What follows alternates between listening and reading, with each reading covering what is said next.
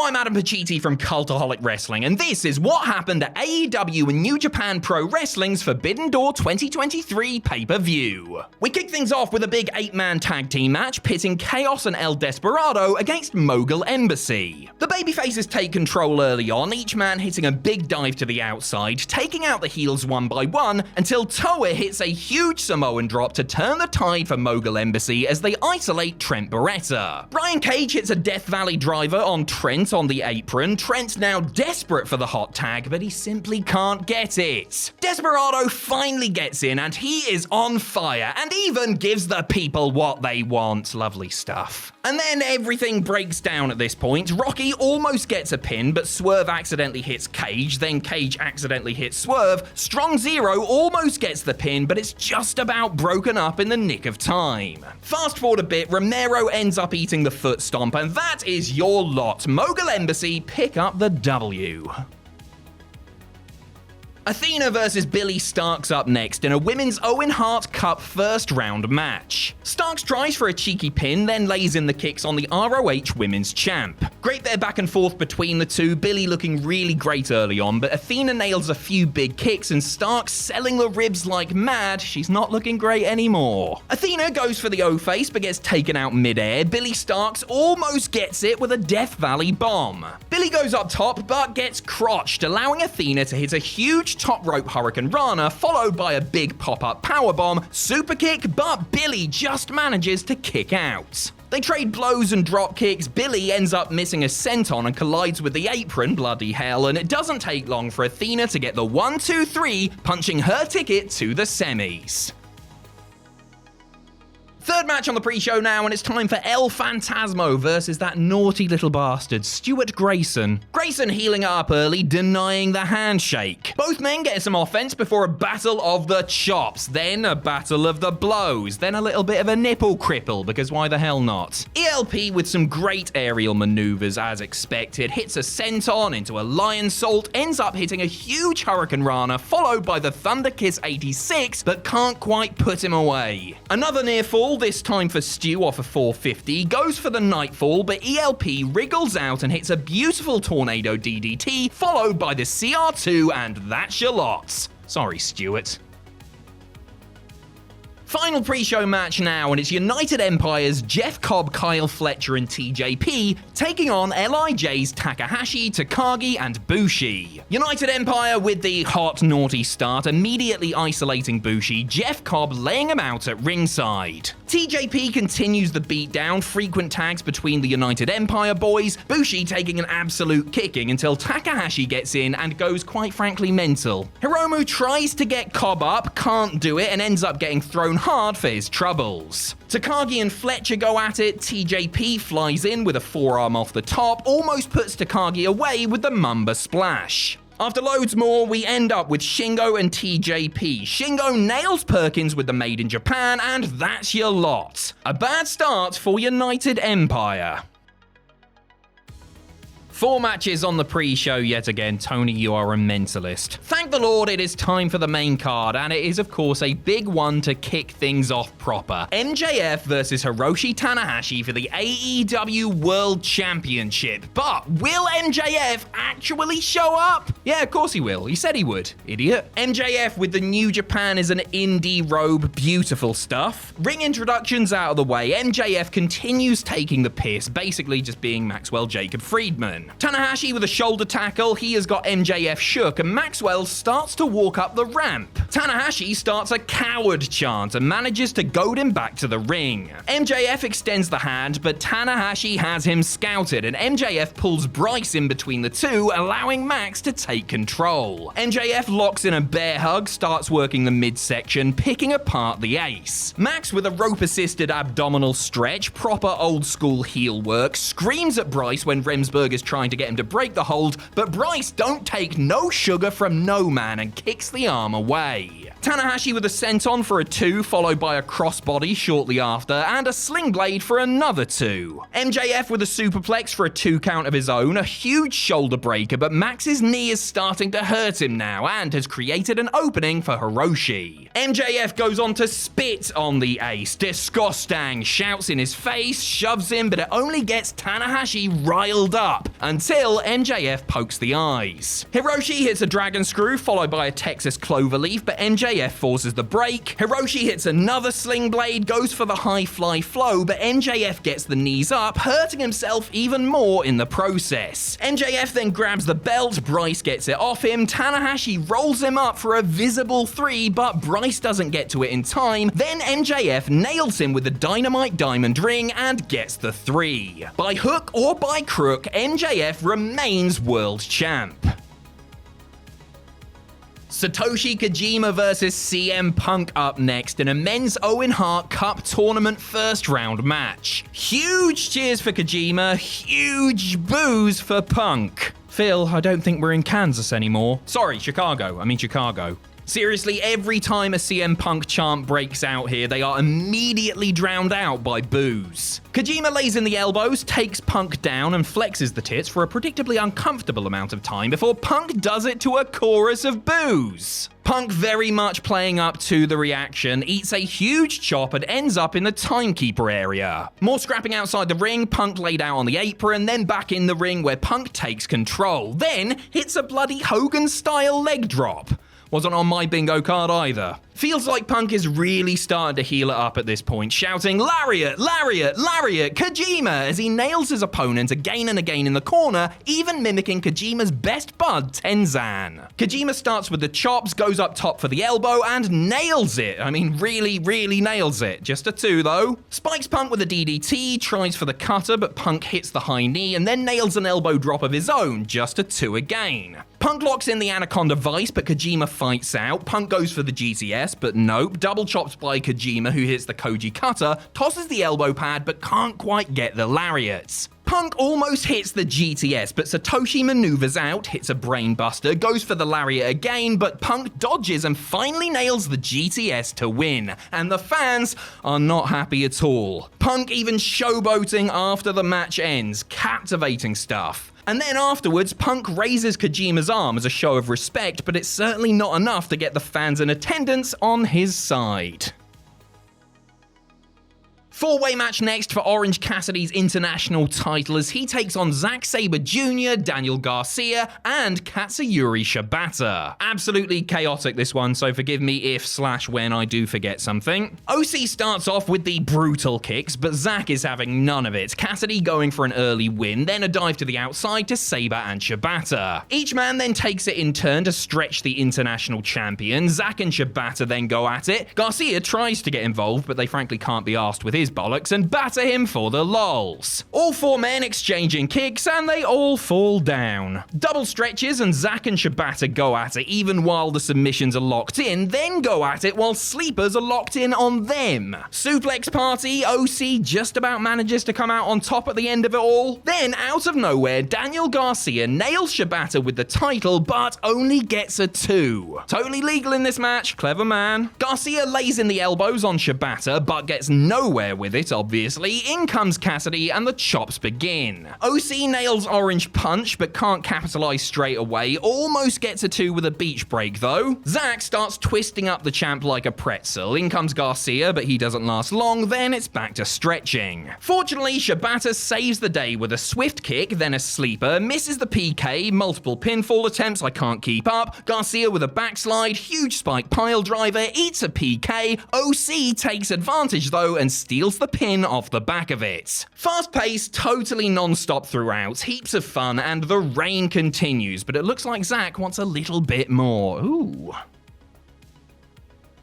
IWGP World title on the line next as Sanada defends against Jungle Boy Jack Perry with New Japan rules in place. Perry looking nervous, huge stakes here. Jungle Boy going for the snare trap early on, but gets nowhere with it. Lots of back and forth, each man trying to out-wrestle the other, but Sanada gets Perry in the Paradise Lock with relative ease, then boots his bum off. Neither man can get a clear sustained advantage at this stage. The pace is slow, and the chops are not slow. Jack manages to lock in Sanada's own skull end, but Sanada gets out and hits a huge TKO for a 2 count. Sanada goes for the moonsault, lands on his feet, Jungle Boy with the poison rana, then the swing. Just a great sequence here, ending with a shining wizard by Sanada. Sanada finally hits the moonsault, and that is your lot. Surprisingly short match, and although Jack Perry by no means looked bad in this match, it doesn't feel like it's going to do much to counteract the lukewarm reactions Perry has been getting of late. Oh, I spoke too soon!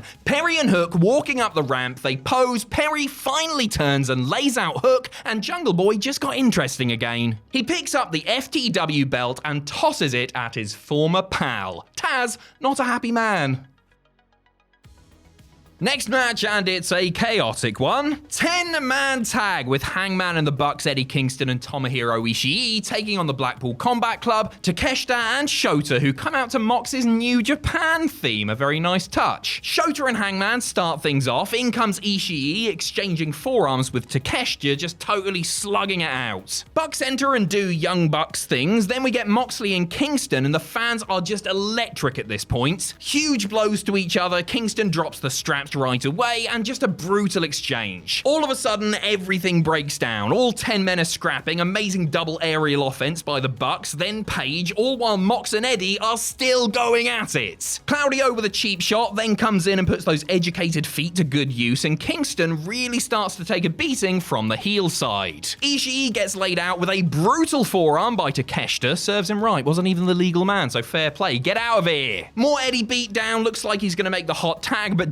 Moxley with the John Bloxley, then Kingston finally managed to tag in Ishii. Big brainbuster by Ishii to Claudio, but he starts getting double teamed by Takeshita and Umino. In comes Hangman to a big pop, crowd super behind him, an insane blow to Takeshita, Page just battering everyone at this point, peaking with a Bucks assisted moonsault to the outside. 2 count off a top rope lariat, the Bucks with some great tandem moves, but Takeshita manages to German suplex both men before the super kicks start flying. Mox about to eat a double super kick, but Kingston, always conflicted, just about manages to push him out of the way. It all breaks down again, couldn't even tell who was meant to be in there at this point, sorry. Claudio with the swing, Wheeler almost gets a 3 count on Ishii, every man just sliding in and nailing each other, Mox hits the cutter, Bucks with more super kicks, Page misses the buckshot, Ishii with the lariat and the brainbuster, and Ishii gets the win for his team. Apparently he was the legal man, not a pissing clue to be honest. After the match, Kingston and his team argue. So much emotion. Eddie Kingston is a conflicted man.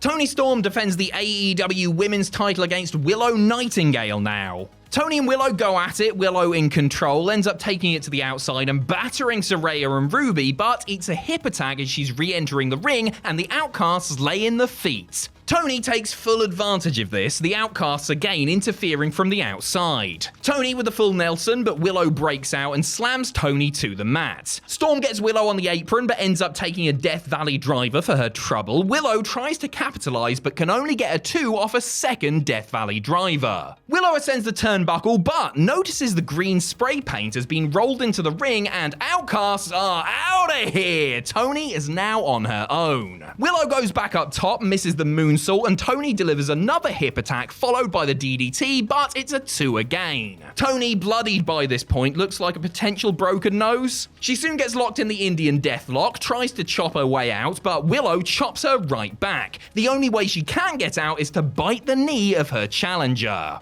Willow with the pounce! Toni spilling out of the ring and taking some clubbing blows. All of a sudden, Toni pulls an MJF and pulls the ref in the way, rakes the eyes, Storm Zero, and that's your lot. Outrageous. Another big one now, to say the least, as Kenny Omega defends his IWGP US title against a man who he is no stranger to, Will Ospreay, who enters alongside that snake, Don Callis. Insane reaction from the crowd before it even gets going. They even start a holy you-know-what chant without a single move. Things start slow, Kenny tried to ground Ospreay and a nice bit of chain wrestling to kick things off. Omega goes for the Angel early, nope. Ospreay goes for the cutter, nope. Beautiful little sequence. Thumb to the eye by Ospreay allows him to gain the upper hand, but it doesn't last long, each man knowing the other's arsenal inside out. Just when Kenny starts getting fired up, Callis sweeps the leg but is swiftly sent to the back, but the Mitchell brothers remain at ringside. A few minutes later, we see a beautiful shooting star press to an Omega who is draped over the top rope, followed by an Oscutter to the apron, and then Will starts slamming Omega's head full force into the announce table. Words cannot express how brutal this looks. looked just horrible. Will then strips away the table cover, slams Kenny through it face first, and Kenny is busted open, staggering about the ring, and Ospreay is in full control. Ospreay licks the crimson from his bicep, which is quite frankly really filthy, continues the beatdown, sets up for a V-trigger, which he absolutely nails, the blood blinding Omega. Ospreay then grabs a Canadian flag and wipes his you-know-what with it, but that's enough and Kenny turns him inside out.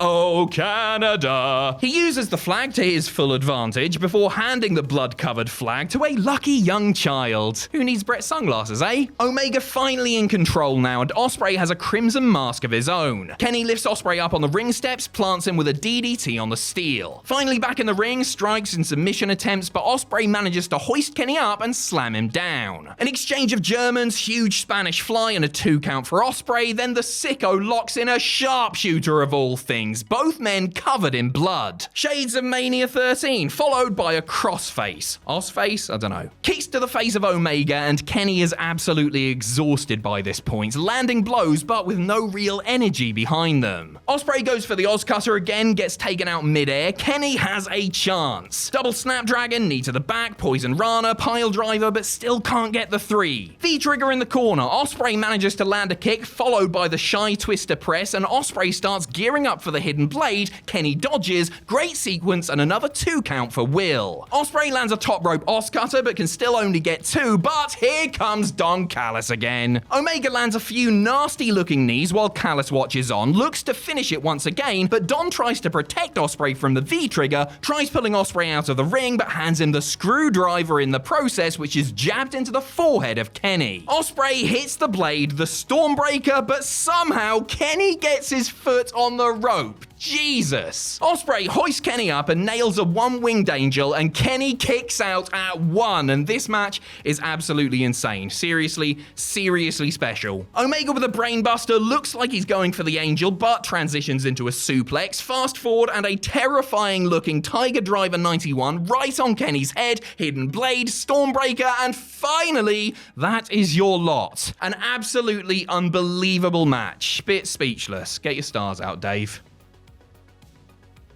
Palette cleanser time as the Suzuki Gods take on Darby Allin, Tetsuya Naito, and Sting with a little bit of Joker about him, or Jack Skellington. Not sure, but very nice. Naito and Sammy start things off, each man outsmarting the other as they go to lock up. Sammy with the pose, sent to the outside, and then Naito with a little pose of his own. Very tranquilo. In comes Darby and Suzuki, forearms all over the place, but you can guess who comes out on top there. Darby with a chance pinfall, in comes the Stinger. Sting and Minoru Suzuki sharing a ring isn't something that I would have put money on 5 years ago, felt a bit surreal. Doesn't last long though, as in comes Y2J, but Suzuki attacks from behind and everybody gets involved, leaving Jericho and Sting toe-to-toe in the center of the ring. Jericho goes for a Stinger splash, no chance, and Sting locks in the Scorpion Deathlock, ends up getting stopped by Sammy with a sort of cutter, but sort of just landing on Sting's head and neck full force. Fortunately, he seemed alright, but this was rough to say the least. Darby and Sammy go at it. Darby gets caught with a Spanish fly from the top. Soon their heads collide and in comes Jericho and Naito. Naito then tries to spit in the face of Jericho, but I'm pretty sure it went a bit high and hit somebody who paid about $1,000 for their seat. Enjoy! Everybody spills in for a trio of sleepers. Darby flies to the outside, tries it on Jericho, but gets struck with the Judas effect. Sting goes flying into the barricade, I think, camera missed it, and then out comes the table. Jericho lays Sting on top of it, insists that Sammy goes up top, and Sammy actually hits a 630 on the Stinger. Looked like Sting was maybe meant to move out of the way, but didn't manage in time. Dunno, rough night for Steve. Back in the ring, and Jericho has managed to lock in the walls, broken up by Sting in super quick fashion, who gets caught by Suzuki, codebreaker out of nowhere on Naito, but he manages to kick out. Sting and Naito with a bit of tandem offense, which allows Naito to pin Suzuki, and that's your lot. After the match, Jericho attacks Naito with Sting's bat. Fun enough match, which suffered from a bit of crowd burnout for obvious reasons. Probably not that fun for Sting, though. Main event time, and here's a dream match if I ever saw one. Kazuchika Okada versus Bryan Danielson, complete with final countdown entrance music. God bless you, Europe. Beautiful chain wrestling in the opening few minutes, just stunning transitions. Everything is sensible and fluid and just lovely viewing, isn't it? Both men running the ropes, trying to hit their opponent. Okada ends up nailing Bryan, followed by a dropkick right to the ear. Danielson with a diving knee to the outside, back in the ring, and Bryan starts driving the knee into Okada's back, followed by elbows to the neck and face.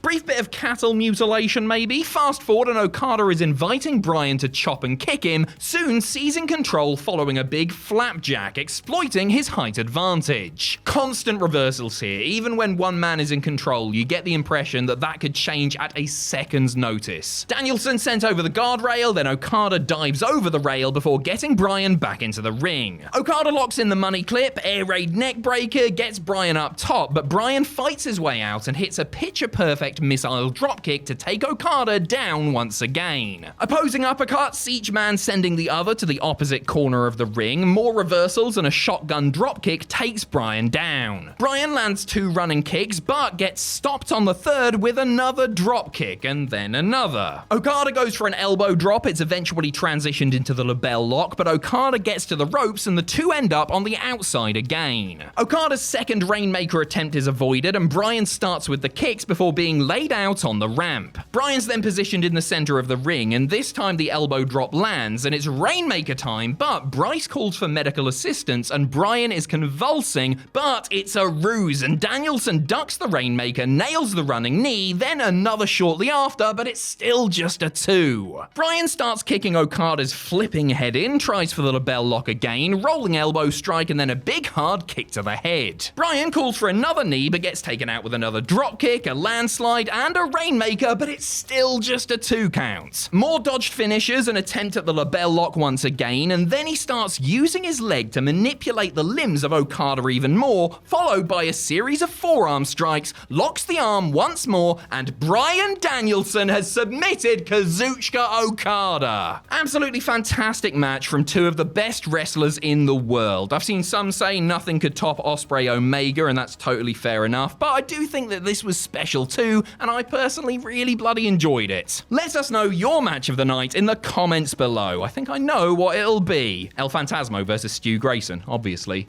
Cheers!